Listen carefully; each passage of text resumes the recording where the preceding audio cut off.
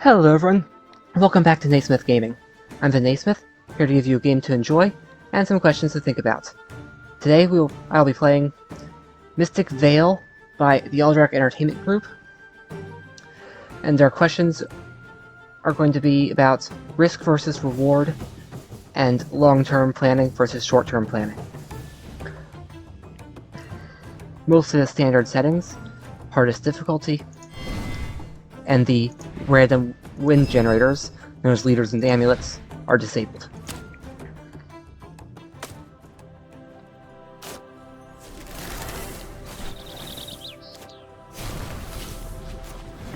The starting cards are 9 cursed lands, which have the decay token, which prevents me from playing too many cards at once, and the mana token, which gives me my money, and 3 fertile soils.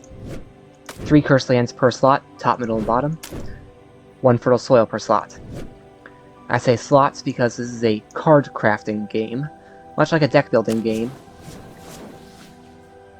except I changed the cards themselves rather than changing the cards that are in the deck. This is the Guardian token, which some cards use for various powers, such as this one, which gives an animal spirit. Mana purchases these cards, while spirits such as Animal, Forest, and Sky, which this one has more Sky tokens, are used to purchase these. The game ends when this pool of victory points is expended. Now I only have 2 mana, which is a rather bad hand, so I'm going to use the push my luck mechanic. Now that I have 4 decay tokens, 1 on my on-deck and 3 in my field, I'm no longer allowed to take my turn.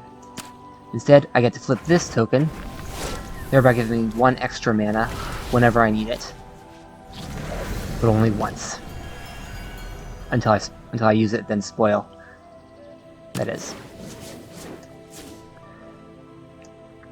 Okay, this card costs me 2 points at the end of the game, but it's worth extra mana right off the bat. We are very early on in the game, so this one will pay for itself.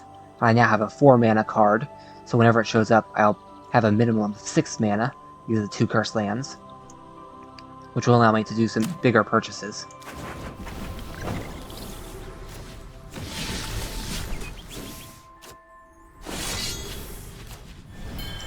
I'll push my luck again. Now I have 4 mana, which allows me to build a bigger 3 mana card. Well, bigger than the 2 mana I would have had.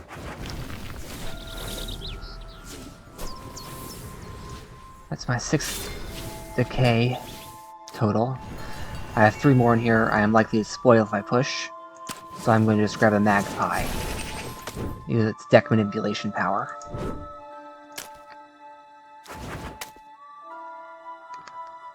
Now my Cleansing Rain that I got first turn is going into effect, allowing me to discard 1 of these, thereby cycling my deck a little bit faster.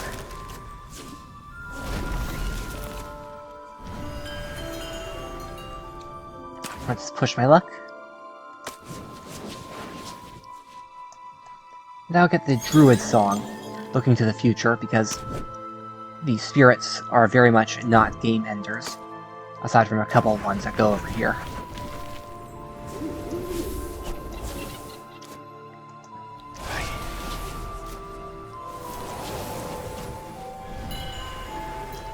Okay, I was about to buy Mist Sylphs onto my Magpie to get a multi-spirit card, which is rather powerful.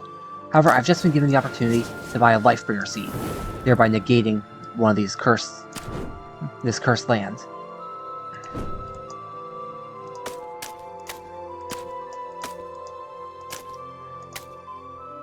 Which means now I only have 8 decay to worry about instead of 9. 5, 6, 7, 8. I'm 100% guaranteed to succeed at pushing my luck.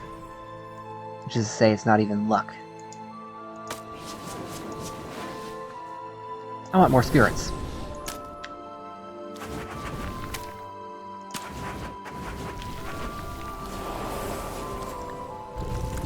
Ooh, I now have 11 mana.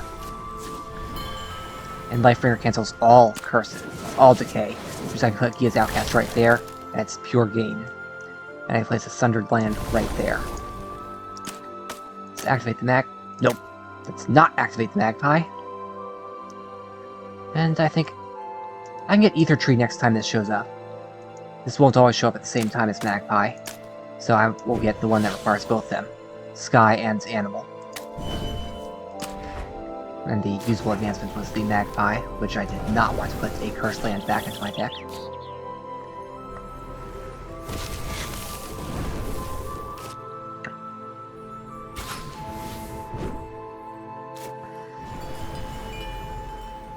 Three, four, 5 bad cards. I have 3 more in there. This is just a bad turn. Let's spoil. So that I can use this later.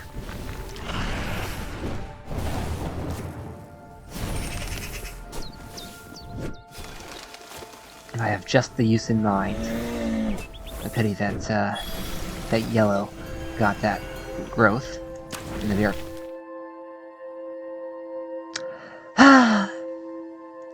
I was gonna buy the Druid Song onto the Druid Song for something I could always buy one of these.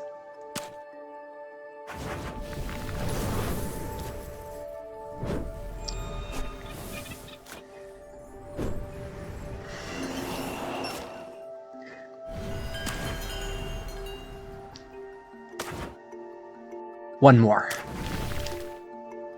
I was hoping for Sundered Land. Only a few victories have been gained so far, so it's not that bad yet.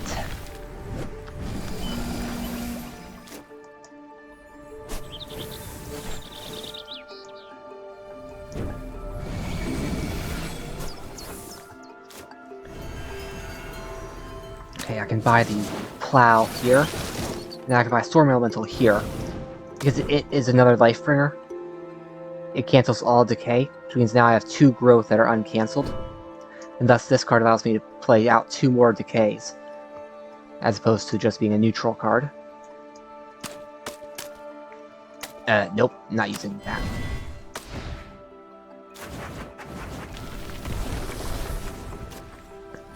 There's a few different strategies. There's spamming trees, or growth as it's properly called. There's deck manipulation, such as with the Magpie, and these Mindful Owls, and the Cleansing Rain. And then there's a few other cards which are not out right now, but basically amounts to a number of cards allow you to play a large number of other cards as well, regardless of whether it would make you spoil or not. Since those are not out, there's no need to explain them yet.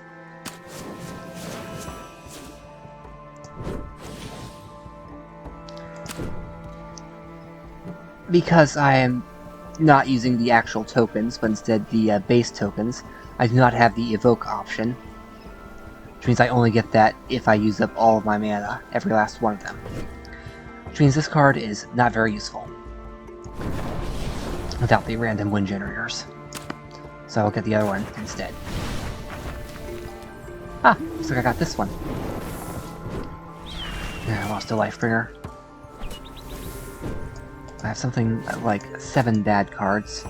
This is double good. So 1, 2, 3, 4, 5. Only 2 of those 12 cards are bad.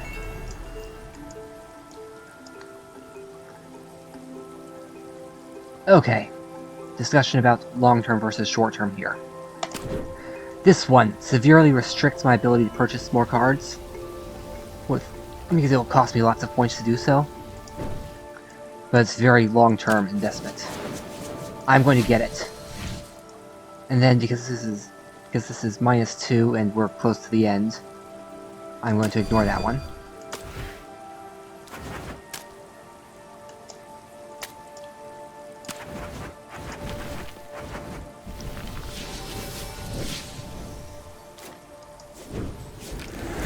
One, 2, 3, 4. I currently have 5 blank cards. Which means I'm getting a decent amount from that one. I probably do not have 6 blanks.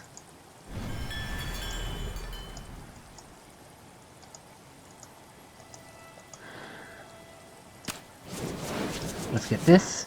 This is another one that benefits from at the very end, alongside my Gia's Outcast. Now I have 2 cards riding on having the most spoil at the end, so I'll get the Hawk right here. And I'll hope that the Leyline Overflow is useful there. The game is almost over. Ah, here's one of them. Call the Hunt. That's the play multiple cards no matter what card.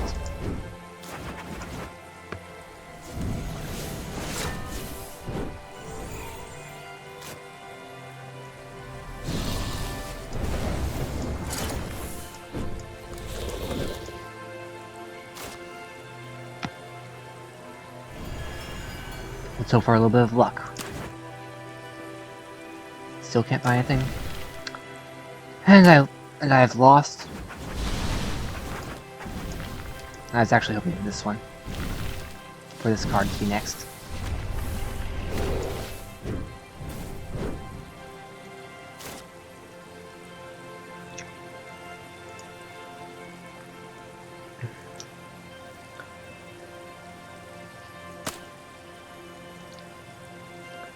See, a little bit of victory points.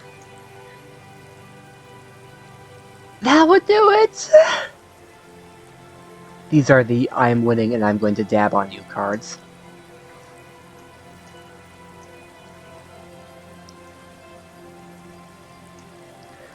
This would also do it. Oh, Camp Explorer, another one of the play many cards.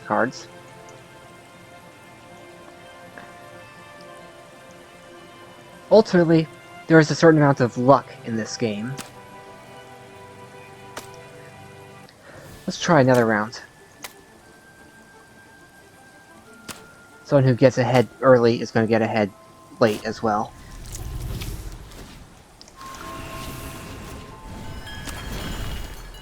Spoiled. Now I have an extra mana, which I was not able to use to get the grassland. There's another tree, or growth.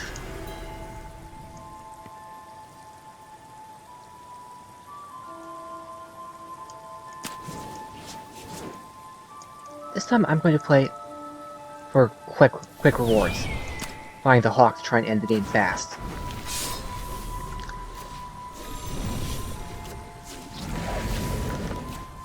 I now have 10 bad cards.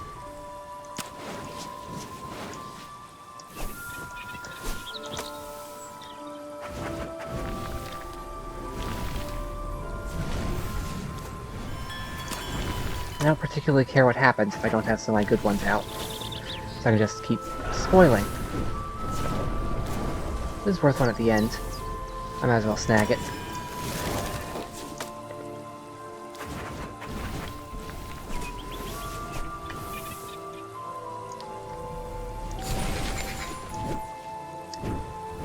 Forest Song. That one gives...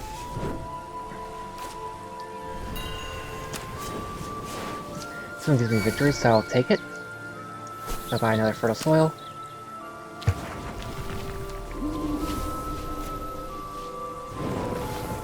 Seven, 8, 9, 10. Good, I can push. With safety. I'll buy a Nightveil Pathfinder here, to build a Mega card.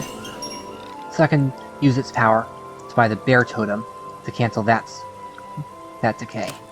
Which means it is a net -1 point turn. That gave me the Animal Totem and 2 mana. Let's turn this into an all-around decent card.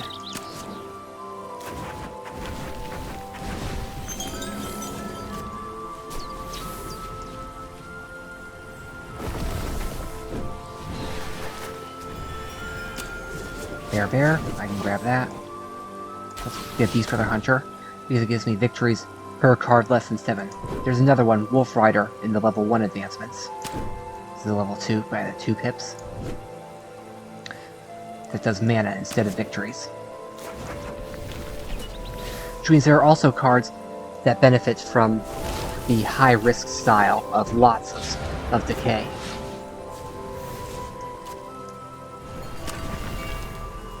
And I didn't care about that turn anyway. 8. Not sure I care about this turn either.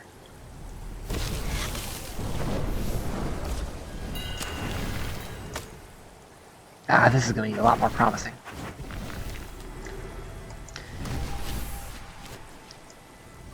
Ah, someone took the huge card.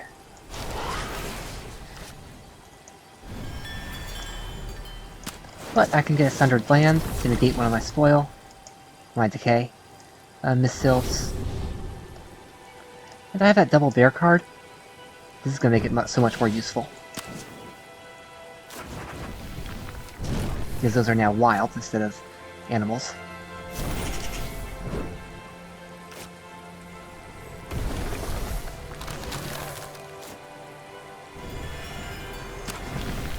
And I spoiled. But I wasn't going to be able to buy much anyway, other than one of these. 5, 6, 7... 50 of spoiling. I should Hello, Seedling. That'll allow me to buy a spoil on top, or decay, such as Dawnfire Dragon. Sorry, I just keep thinking of the decay symbol as spoil, because that's what it causes me to do.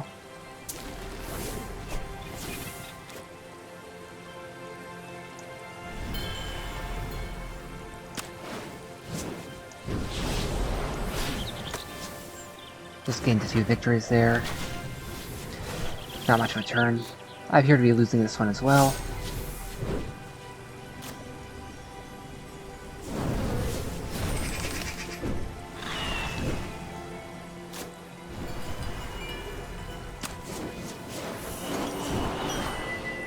Just grabbing a few more victory points.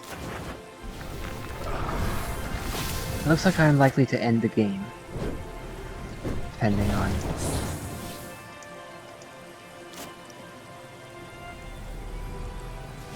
How did red get so many? Only 5 points from there.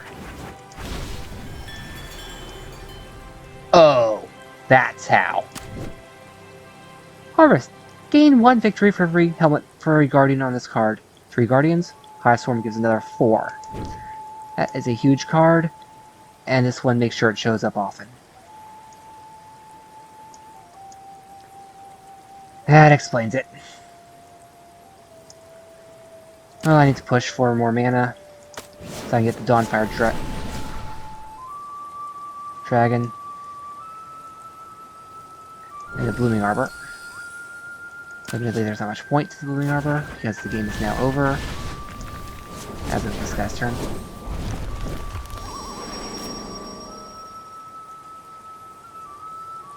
Shooting Star strategy again did not pay off. This time I came in dead last. Oh, they had Gia's Outcast? This is one of the extreme long-range cards. Extreme long-term. Worth 1 more victory at the end for each Guardian. Gia's Outcast, victories at the end, is also extreme end game. Yeah, I can see that winning. I would have been surprised if it hadn't. So, I attempted long-term, I also attempted short-term. Wasn't too much in the way of risk versus reward, though.